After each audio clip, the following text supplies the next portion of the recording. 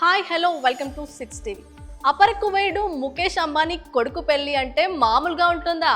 ఆకాశమంతా పందిరి వేసి, భూదేవంతా అరుగేసి, చుక్కల తోరణాలు కట్టి, ముత్యాల ముగ్గులేసి, రత్నాల పందిరేసి కన్నుల పండగ చేస్తారు.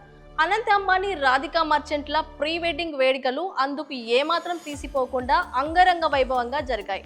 గుజరాత్లోని జామ్నగర్ కి ఈ వేడుకలో వెన్యూ అయింది. ఇక ప్రీ వెడ్డింగ్ ఈవెంట్ కి మన దేశం నుండే కాకుండా విదేశాల నుండి కూడా అనేక మంది ప్రముఖులు హాజరయ్యారు. ఇక సినీ తారలు, క్రికెట్ దిగ్గజాలు ఈ వేడుకలో పాల్గొని తెగ సందడి చేశారు. అయితే ఇక్కడే ఒక చిన్న సంఘటన చోటు చేసుకుంది. అదేమిటంటే ఈ వేడుకల్లో మెగాస్టార్ చిరు తనయుడు Tollywood hero global star Ram Charan కు అవమానం జరిగిందనే వార్త ఒకటి వైరల్ అవుతోంది. అసలు అక్కడ ఏం జరిగిందో ఒకసారి చూద్దాం. ఈ ప్రీ వెడ్డింగ్ కార్యక్రమానికి చెర్రీ తన శ్రీమతి ఉపాసనతో కలిసి వెళ్ళాడు. పెళ్లి వేడుకల్లో సినీ తారలు పాల్గొన్నారంటే హంగామా మామూలుగా ఉండదు కదా. అదే జరిగింది ఇక్కడ కూడా.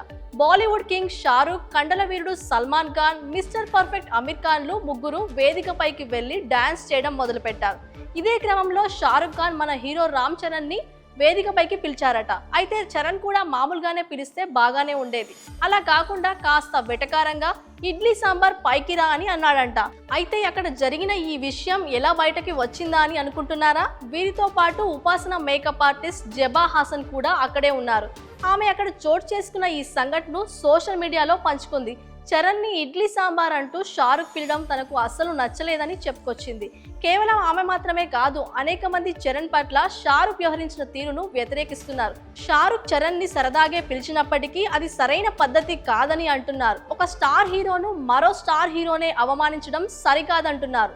దక్షిణ భారతదేశం అంటే షారుఖ్ కు అంత లోకువా అని మరికొందరు ఆగ్రహాన్ని వ్యక్తం చేస్తున్నారు. ఇక చెర్రీ ఫ్యాన్స్ గురించి అయితే ప్రత్యేకించి చెప్పాలా, షారుఖ్ పై గరంగా ఉన్నారు.